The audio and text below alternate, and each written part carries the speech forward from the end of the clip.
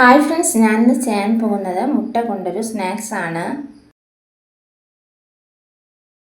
ഇത് 1 കപ്പ് മൈദമാവാണ്. കുറച്ച് ഉപ്പിട്ട് കൊടുക്കാം. പിന്നെ നമുക്ക് 1 സ്പൂൺ എണ്ണ കൂടി ഒഴിച്ചു കൊടുക്കാം.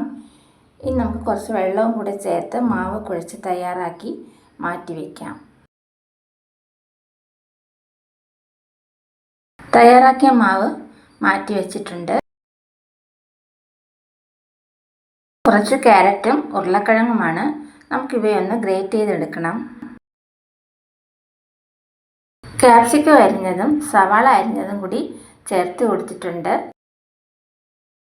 വളരെ ടേസ്റ്റി ആയിട്ടുള്ളൊരു റെസിപ്പിയാണ്. എല്ലാവരും ഒന്ന് ട്രൈ ചെയ്ത് നോക്കുക. ഒരു ബൗളിലേക്ക് 3 മുട്ടയും പൊട്ടിച്ചൊഴിച്ച ശേഷം കുറച്ച് ഉപ്പിട്ട് ഒന്ന് കലക്കിയെടുക്കാം.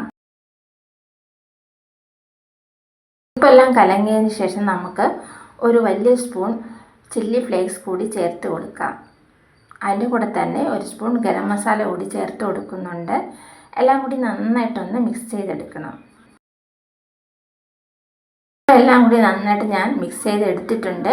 ഇനി നമുക്ക് അതിലോട്ട് ഗ്രേറ്റ് ചെയ്ത് വെച്ചിരിക്കുന്ന ഉരുളക്കിഴങ്ങും ക്യാരറ്റും അരിഞ്ഞ് വെച്ചിരിക്കുന്ന ക്യാപ്സിക്കവും സവാളയൊക്കെ ചേർത്ത് കൊടുക്കാം.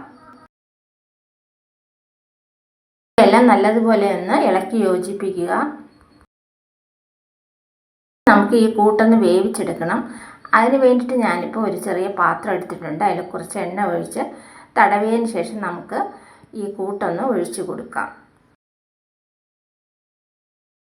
കൂട്ടെല്ലാം ഞാനിപ്പോൾ ഇതിലോട്ട് ഒഴിച്ചു കൊടുക്കുന്നുണ്ട്.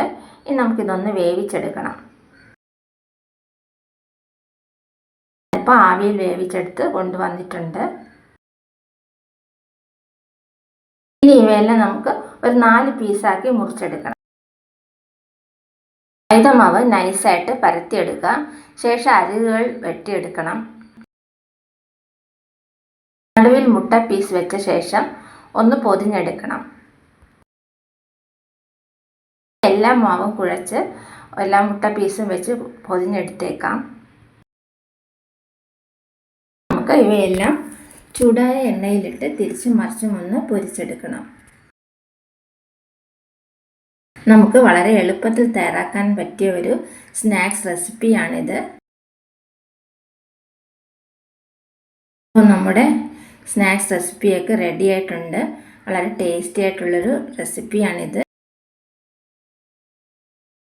എരിവെല്ലാം ആവശ്യമുള്ളവർ കുറച്ചുകൂടി മസാല ചേർക്കാവുന്നതാണ്.